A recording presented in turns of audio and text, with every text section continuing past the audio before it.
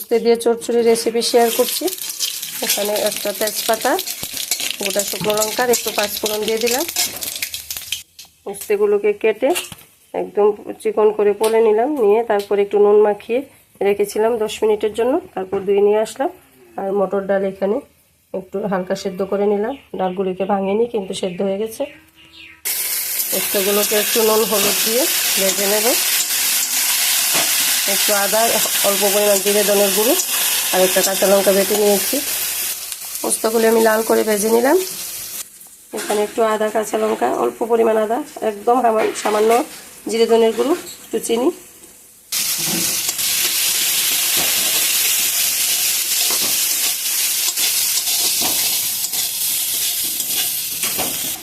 মশলাটা দিয়ে ভালোভাবে কষিয়ে এখন সেদ্ধ করা ডালটা দিয়ে দিলাম।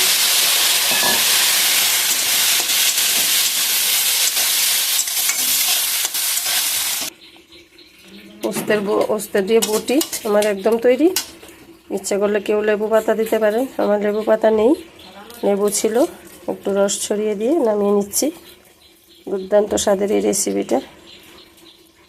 গরমের দুপুরে এই সব দিয়ে ভাত খাওয়া যায়। লেবু পাতা দিলেও কিন্তু সেন্টটা খুব ভালো আসে। নামিয়ে সার্ভ করে দেখাচ্ছি। সার্ভ করে দেখিয়ে দিলাম।